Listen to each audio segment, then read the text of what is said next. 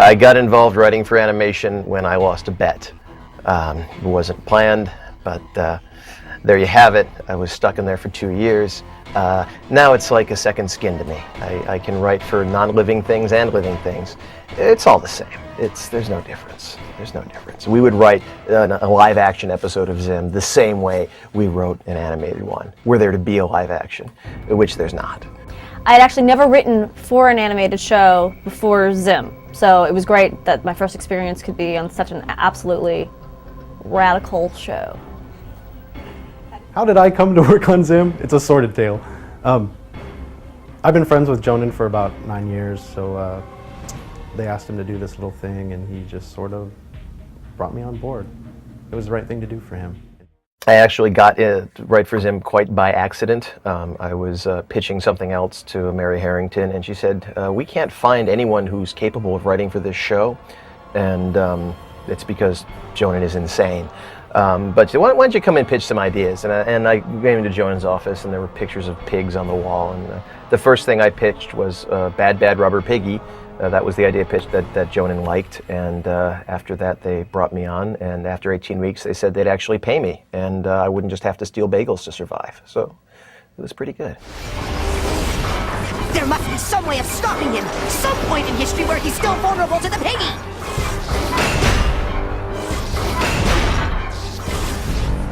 A character I liked writing for was Gaz, because I felt like she wasn't really explored that much. I know everyone else probably said Gur, because you get to, I made it myself kind of stuff, but I like playing with a deeper character, like in Game Slave. Digital fun pit locations, lines are forming now! Oh.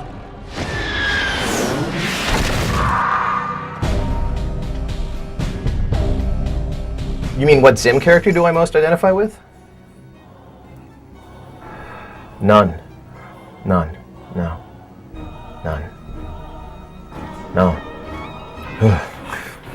Actually, I don't think I identify. I think it's the easiest actually to. I think it was easiest to identify with Dib, just because, he's the guy who's actually understands. He's the only person who sees how crazy everything is. I don't have control of my arms! I'm letting you live this time, Dib, but only because I'm still getting through this last level. But Gaz! So even though he may be the most annoying to listen to, because America hates Dib, but it was easier to identify with Dib in a lot of situations. But I like Gur. He's happy and dancing. I gotta go, pig! I'll see you later! I gotta go, pig! I'll see you later! Dib is a great character because he is the hero, but it's such a tragic situation because no one really believes him. Quit it! Hey, I'm delicious. Gaz, taste me! I'm delicious! I always loved Gaz the best, and I think I associated with her the most, partly because she's, the primary female character on the show, but just how sarcastic she was, and she just didn't relate to anybody, and I think so many young girls kind of can relate to her. I know I did, even though I'm not young.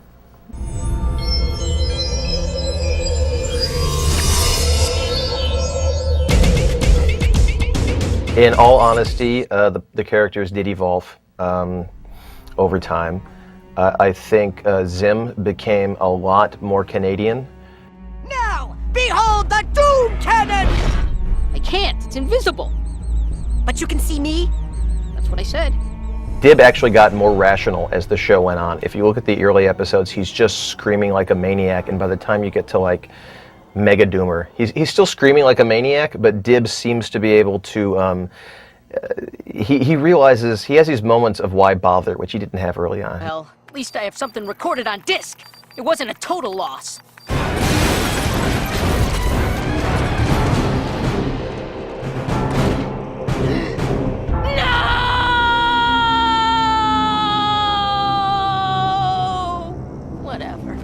It's just, he's like, this is stupid. The only person in the entire cartoon who seems to realize that everything going on around him might be incredibly stupid is Dib. I think Zim is not stupid. I think he's just ill-equipped to handle his duties. Baby! Baby! Oh, baby! Baby!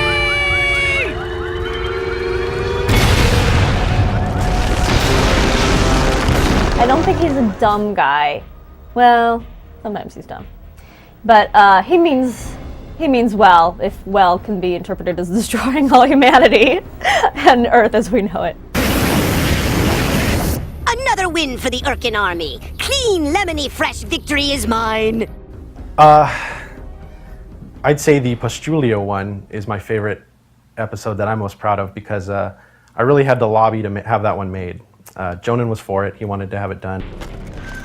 I will call you Postulio. Together we can hypnotize the enemy and bend them to my will. I made Postulio shirts and wore them around. I gave them to a bunch of the people to wear. Still have them. Oh, he is your master. He is. Go away. I was given a lot of creative freedom to come up with my my stories, and then we'd all work as a group to better them. When you realize you have license to write incredibly insane dialogue, you just want to write incredibly insane dialogue. But Invader's blood marches through my veins like giant radioactive rubber pants. The pants command me. Do not ignore my veins.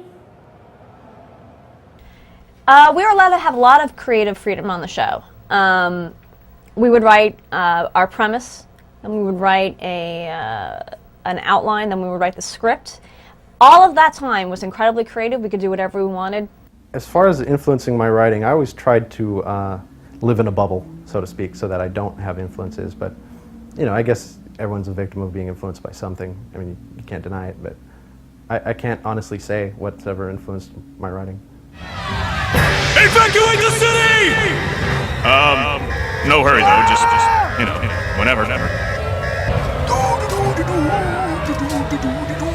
I liked Walk for Your Lives. I liked that. I thought that turned out really well. I liked writing that with the big slow explosion, although they had a real tough time explaining that to everyone. And you know, I liked Mortos, their Soul Stealer. Everyone seems to hate Mortos, their Soul Stealer, but I like it, and so that's too bad.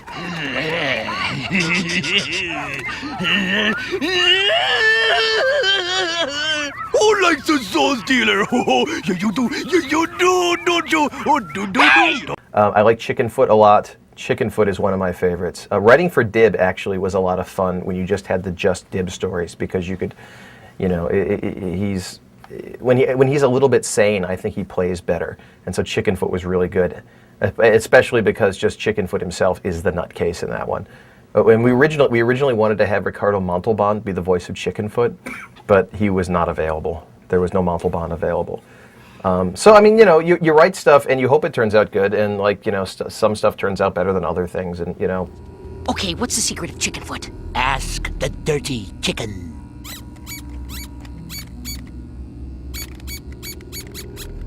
There were only some long-term plans. There was going to be, if the show ran for like 3-4 years, like near the end, Dib was going to go on a quest to find out why his life was so horrible, and it was slowly through that quest going to be revealed that actually Dib was a creation of Dr. Membrane, Professor Membrane, as an experiment. Shh, not now, son.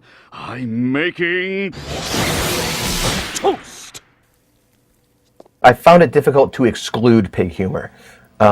Everything we wrote, somehow pig jokes crept in, and pig jokes and burrito jokes crept into everything. Shut your noise tube, taco human. That's hard to say. Pig or moose humor. 5 times fast. Overused. I'm tired of pigs and mooses. Or mooses is. It was like a virus. It was like roaches just crawling all over your scripts. There were pig jokes, burrito jokes, pig jokes, burrito jokes, and you had to really just take a breather and just look at what you'd done before you could really show that to the public. I don't think I actually ever put a pig into any of my scripts. Was probably, I guess I could have gotten a few more scripts done had I put a pig in. But pigs were a huge part of the show, which I appreciate because they're so, you know, cute and disgusting all at the same time, much like the show.